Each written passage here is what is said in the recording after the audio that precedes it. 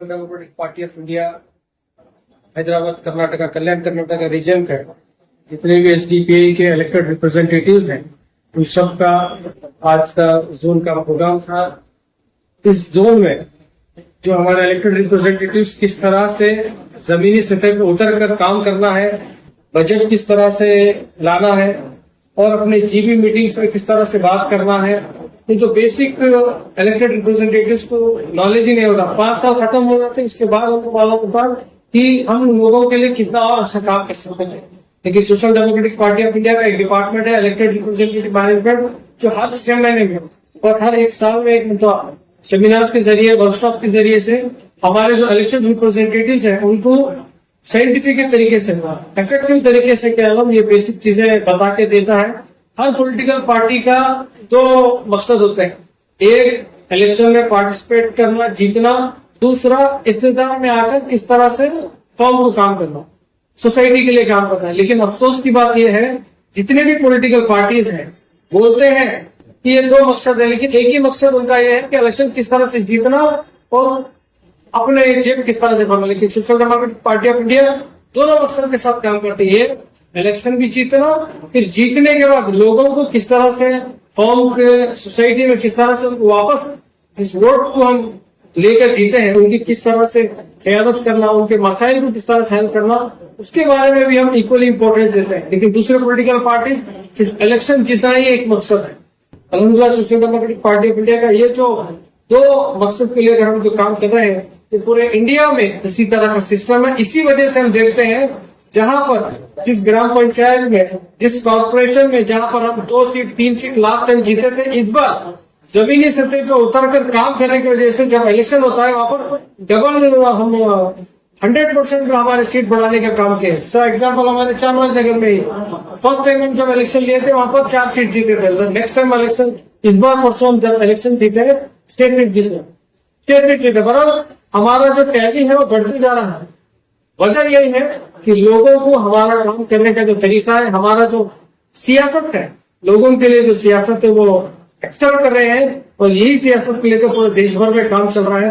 तो social democratic party of India का आज बेहतरीन ERM डिपार्टमेंट में वर्कशॉप हुआ है। सभी ग्राम पंचायत के मेंबर्स, हमारे यहाँ के जितने भी काउंसिलर्स हैं ये रीजन के, उनको अपडेट मिला है किस तरह से काम करना है। उम्मीद है कि ये जो भी सीखे हैं जमीनी सतह पर उतरना है और लोगों से भी गुजारिश है कि social democratic party of India की जो सियासत है उसको समझे और उसके साथ social democratic party of India के जितने भी इलेक्टेड रिप्रेजेंटेटिव्स हैं ऑल ओवर कर्नाटका, इनके मैनेजमेंट के ताल्लुक है, यानी इनको ट्रेनिंग टाइम टू टाइम और नए नए जो गवर्नमेंट के फंड्स आएंगे, स्कीम्स आएंगे, बजट अलोकेशन होगा, ये सारी चीजें टाइम टू टाइम इनको हम अपडेटेड रहने के लिए इलेक्टेड रिप्रेजेंटेटिव मैनेजमेंट बोल के डिपार्टमेंट ही हम बाकायदा कर्नाटक में चला रहे हैं। पार्टी का इंटरनल डिपार्टमेंट है। इसके जरिए टाइम टू टाइम हमारे काउंसिलर्स हो, कारपोरेटर्स हो, ग्राम पंचायत मेंबर्स हो और जितने गवर्निंग बॉडीज हो, इनको जिस लेवल का एजुकेशन इनको देना टाइम टू टाइम हम देते रहते हैं। आज ये सिचुएशन कर्नाटक में हमारे 300 से ज्यादा इलेक्टेड रिप्रेजेंटेटिव्स हैं। ये 300 इलेक्टेड रिप्रेजेंटेटिव्स को एक जगह पर जमाने पे हमारा पर्पस सब नहीं होता। मिसाल के तौर पर ये कल्याण कर्नाटका जो है, यहाँ KKRDB की स्पेशल ब्रांच आते हैं और खास करके कल्याण कर्नाटक को अब तक जितने भी गवर्नमेंट फॉर्म हुए हैं कर्नाटक में, एक मेंढरी मार्चिंग यहाँ से देखेंगे। हालांकि बजट में 10,000 करोड़ 20,000 करोड़ बजट को अलोकेशन होता है, लेकिन इन प्रैक्टिकल देखेंगे उसको वर्क ऑर्डर नहीं मिलता, उसको फाइनेंस डिपार्टमेंट का क्लियरेंस नहीं मिलता। तो ये सब हर्डल्स है यहाँ पर, इसलिए यहाँ के इश्यूज अलग है। इसलिए social democratic party of India Karnataka Kalyan Karnataka region के बಳ್ಳारी, बीदर, गुलबर्गा, यादगीर, रायचूर, बीजापुर, इस इलाके में हमारे जितने भी इलेक्टेड मेंबर्स हैं इनकी एक खुसूसी मीटिंग गुलबर्गा में हम बुलाए थे, क्योंकि यहाँ के कोर इश्यूज क्या हैं, यहाँ किस तरीके की इनको तरबियत देना, ट्रेनिंग देना, इनके इश्यूज क्या है, इसको समझने के लिए और समझाने के लिए हमारे state election incharge Abrar Ahmed sahab, जो कि खुद एक काउंसलर भी हैं, चामराजनगर सिटी म्यूनिसिपल काउंसिल के काउंसलर भी रह चुके हैं और हमारे स्टेट वर्किंग कमेटी के मेंबर भी हैं और हमारे अब्दुल रहीम पटेल साहब हमारे स्टेट वर्किंग कमेटी के मेंबर भी रह चुके हैं। हमारा एक पैनल ही इनके साथ हम डिस्कशन करें। बहुत सारा डेवलपमेंट ये पिछले इनके कारगुजारी किए हैं, वो करोड़ों के हिसाब में बोल सकते हैं, कोई लाख के हिसाब में भी किए हैं, लेकिन इसके अलावा चंद ऐसे हम सजेशन भी दिए हैं और मजीद किस तरीके से लोगों की खिदमत कर सकते हैं। क्योंकि हमारा आज का स्लोगन भी यही है कि पार्लियामेंट में जो पॉलिसी बनती है या असेंबली में जो पॉलिसी बनती है, बिल आखिर यहाँ के आखिरी सिटीजन को पहुंचना है। जब तक वो सिटीजन के जेब तक, सिटीजन के घर तक नहीं पहुंचती तो पॉलिसी बना के क्या करेंगे। जो डेमोक्रेसी की पार्टी है, जो पंचायत राज जो एक्ट लाया गया, इसका असल पर्पज यही था कि जो भी गवर्नमेंट से पॉलिसी बनेगी, जो भी ग्रांट बनाएंगे, जो भी बजट एलोकेशन होगा, आखिरी इंसान तक पहुंचना है। तो वो पहुंचाने का बेहतरीन जरिया यह है ग्राम पंचायत, उसके ऊपर तालुक पंचायत, उसके ऊपर जिला पंचायत, उसके ऊपर कारपोरेशन, कहीं पर टीएमसी, कहीं पर पुरसभे, कहीं पर पटन पंचायत। तो हमारे जो इलेक्टेड रिप्रेजेंटेटिव्स हैं, इनसे वो एक ब्रिज के जैसा काम करने की मौका हमें मिला है। ये लोगों की खिदमत करने का बेहतरीन तरीका है और यहाँ पर एक रोल मॉडल बन के असल क़ियादत किसे बोलते हैं, असल लोगों की खिदमत किस तरीके से की जाती है, इसका हम आज यहाँ ट्रेनिंग भी लिए और हमारे इलेक्टेड रिप्रेजेंटेटिव्स का जायजा भी लिया। थोड़े इनके पॉजिटिव चीजों को हमने समझा। ये पॉजिटिव चीजों को हम कोस्टल कर्नाटक पहुंचाएंगे, बेंगलोर कर्नाटक के रीजन में पहुंचाएंगे, मैसूर कर्नाटक के रीजन में पहुंचाएंगे। इसी तरीके से बेंगलोर और कोस्टल कर्नाटक में बहुत सारी जगह पर हमारे जो अचीवमेंट है, हमारे पार्टी के इलेक्टेड रिप्रेजेंटेटिव्स के, उनके अचीवमेंट को इन तक हम पहुंचाने का भी एक जरिया है।